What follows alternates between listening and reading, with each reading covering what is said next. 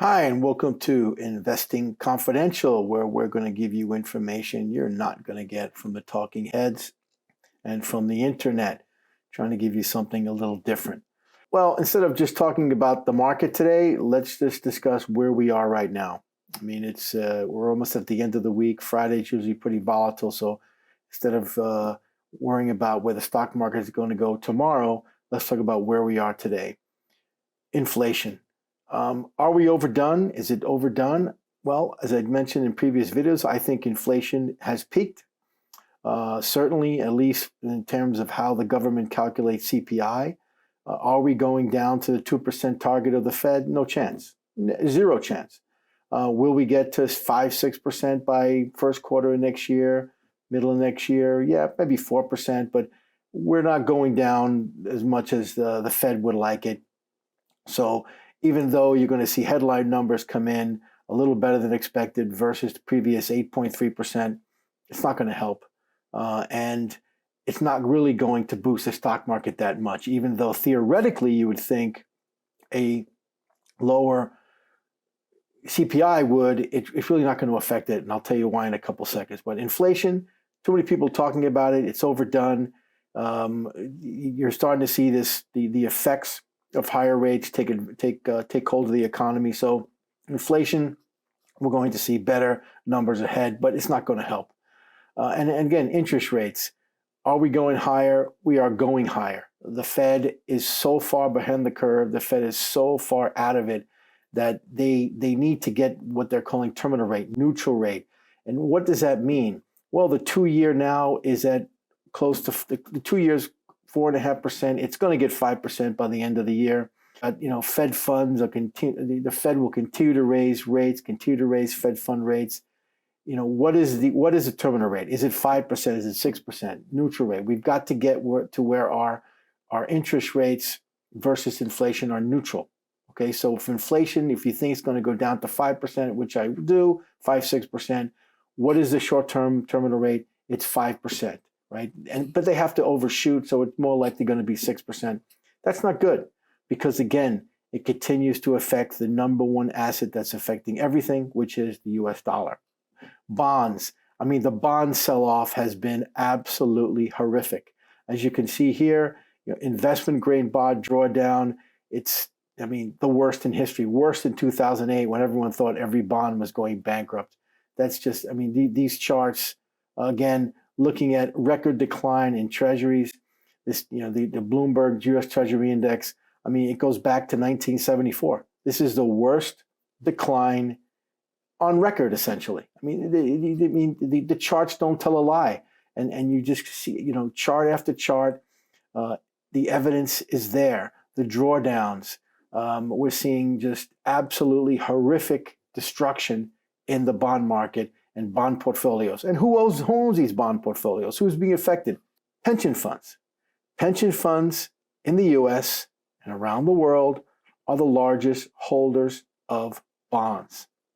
They are getting absolutely destroyed. Okay, period, end of story.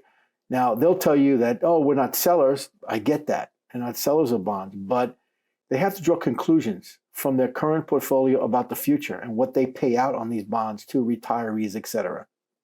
Right now, they're getting destroyed. So retirees who are expecting X are going to get X minus because the expected returns from pension funds are going to be significantly lower, essentially because their bond portfolios, as you can see, are just getting destroyed.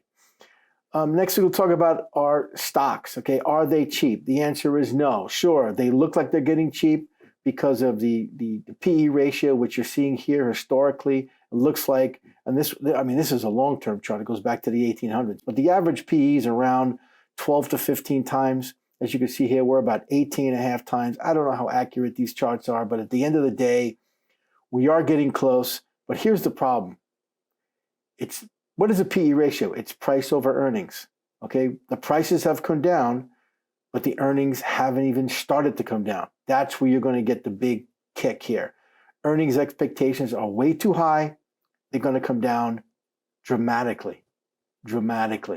And this is going to keep this PE at a higher rate. So we're going to have to see prices come lower in order to adjust the PE down to where it should be. Second thing is commodities. Commodities are getting destroyed. I mean, we can look at, whether it's copper that we see here. Copper is, 2-year chart of copper down very, very hard. Now we look at gold. As we spoke before in previous videos, gold has broken down off support levels. It continues to break down. You're going to see good support in gold at some point, maybe about 15% lower. And then gold's going to be a fantastic buy for a lot of different reasons. But gold has broken down. So overall, the commodity space, because of the US dollar and only because of the US dollar, has really broken down. The final thing is FX. There's no charts to show. The US dollar is so strong. Every currency around the world, with really one exception, believe it or not, it's the ruble. Okay, actually two exceptions: the ruble and the Brazilian real have held up pretty well. The ruble is the strongest currency in Europe right now. You can argue that it's not a currency, but it is a currency, and it is a currency, and it's strong. But everything else is getting destroyed, and that's not good for companies. And now we'll go into the earnings, what we just talked about. So, US dollar killing all the other currencies. How is that? That's going to be so negative. We just saw today Apple sort of indicated they're going to have trouble selling. Well, they're having trouble selling because the demand from China is now zero. The demand from Europe is falling off a cliff. And I'll show you in a few minutes why that is. So demand is falling off a cliff. Then you have the currency translation. Apple sells a lot of phones and other devices overseas, in Europe, in Asia. When they go to report their earnings in the third quarter in a few weeks, their guidance is going to be horrific. Okay, Apple stock, I don't know what it's going to do, but it's most likely going to go lower because their earnings are going to be adjusted significantly lower. Not just a little bit lower, significantly lower. So Apple may look cheap on a PE ratio today. It's not going to look cheap when all of the analysts and Apple itself takes down their expectations, takes down the numbers. So overall, the earnings season, the third quarter, look out below. The tech sector, cars, anybody who sells things overseas is going to have big problems and is going to take their expectations lower. So now we talk about where do we stand here with this bear market? Well, when you look at bear markets, you have to look at, I found this chart really interesting. It's really about where we are versus how much performance we've lost, okay? So if you look at 2009 in this chart, the crash of 2008-9, we lost about 12 years of performance, back years of performance. In 2002, we lost about 5 years. The vicious bear market in the early 80s lost about 10 years. Right now in this bear market, and we are in a bear market, we've only lost about 1.8 years of performance, okay? Now, you could see everyone will say, well, look, at 87, well, 87 was one day. We lost, basically the bear market was one day. We were down 22% in one day. This is going to be different, much, much different, because of the effects of the dollar are going to crush earnings. So I think where are we going to go? We have to at least take out the pandemic rally. Okay, that's number one. The next support is the Trump rally, right? And that's going to be vicious. 2016, when the Trump rally began, that's really the next real serious support level, and we're way, way above that level. So it's going to be a very, very tough time for the market. The bear market is just beginning. And again, I've said this before, some of the biggest rallies the market's ever seen are during bear markets. So it's not going to be a straight line down. There's going to be massive amounts of rallies, which you can probably trade, but it's going to get really, really treacherous. But are we getting overdone a little bit? Well, here's a little interesting anecdote here. Millennials are running scared, okay? They've been involved in this market. This is the Robinhood generation, the crypto generation. They're getting out versus the rest of the demographics. They're blowing out of stocks. They're blowing out of crypto. They're getting destroyed. So if you look at that as the Robinhood generation being the generation that has drove the stock market since the pandemic, we're going to see this market definitely hit the pandemic lows, test the pandemic lows, and then it remains to be seen whether we can rally off that or go even lower. But the reality is, and I just mentioned this about the dollar, Europe is in very bad shape. And there really is no end in sight right now for Europe. It's just beginning. Okay, they're just beginning to bring their rates up. We started a few months ago. They're just beginning. Look at the consumer confidence here in Germany. I mean, this is a nightmare. This is the largest economy in Europe, and their consumer confidence is off the cliff. That has implications for a lot of things.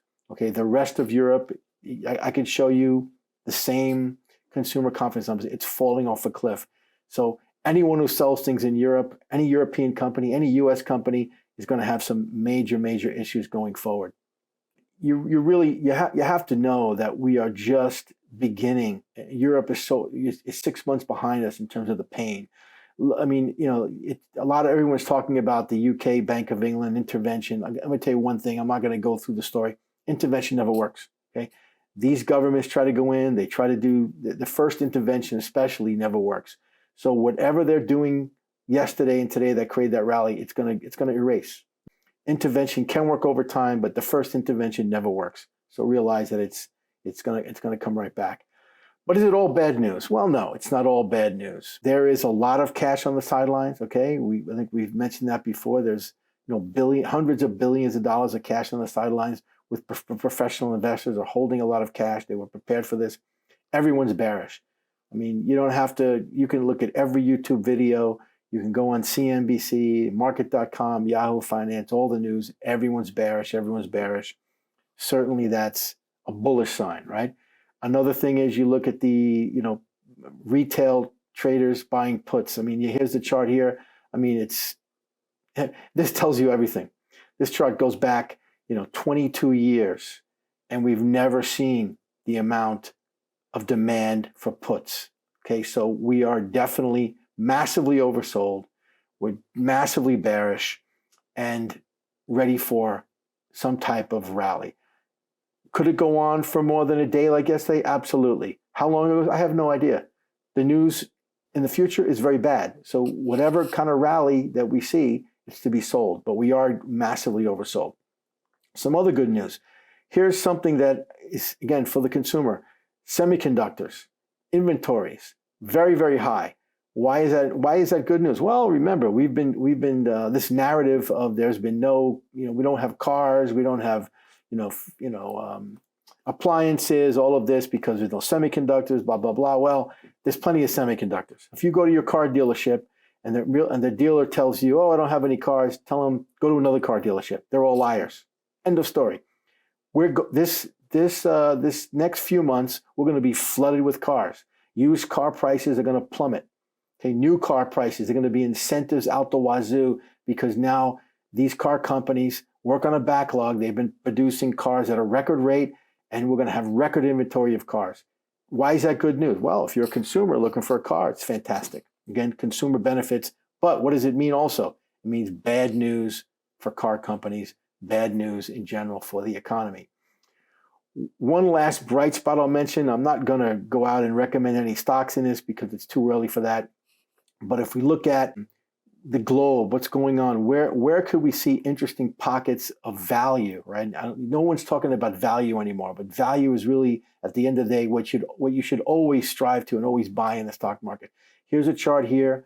The emerging markets, outside the US, there's a lot of value. Okay, so what you have here is what the current PE ratios are versus historical spreads over 20 years, let's say, or 19 years.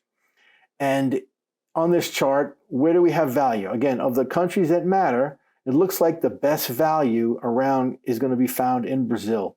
Now, Brazil's an interesting case because, as I mentioned before, Brazil started raising rates almost a year before we did. Okay, they have a real independent central bank, and they actually politically made sure with laws that it remains independent. So the Brazil central bank is light year ahead of the Fed. Brazil's always, from a financial terms, understands inflation more than any other country because their politics are kind of a mess and they always seem to have inflation. But because of that, their central bank has been very far ahead of the curve and Brazil's an actually interesting place. The unfortunate thing about Brazil is the politics. There's an election coming in the next few weeks. Who knows? We don't know who's going to win. I don't know if either of these cases is a best case scenario. There is obviously a worst case scenario, but at the end of the day, Brazil economy seems to always overcome the politicians. So Brazil could be a very interesting place in the future because the stock market, again, on this chart, looks relatively cheap versus the last, let's say, 20 years. Another place that also looks really cheap is Chile. I mean, Chile's got political issues, for sure, but there's some recent things that have sort of taken that political risk off the table a little bit. But again, the Chilean market, commodity-based, they've been suffering. But again, historically speaking, the valuation of the market in Chile is one of the cheapest in the world relative to its history. So there are, big opportunities there. Again, I wouldn't buy it today because the dollar's still going higher. But when that dollar peaks, and I'm going to make another video, why should the dollar peak? When that dollar peaks, these emerging markets, things like gold, other commodities, are going to roar. And where the U.S. is not. The U.S. is going to stay flat to down. The rest of these countries are going to roar. And that's where you should be at least beginning to look at. I'm heading off to Europe. The next video you'll see from me will be from France. So all you traders, happy trading.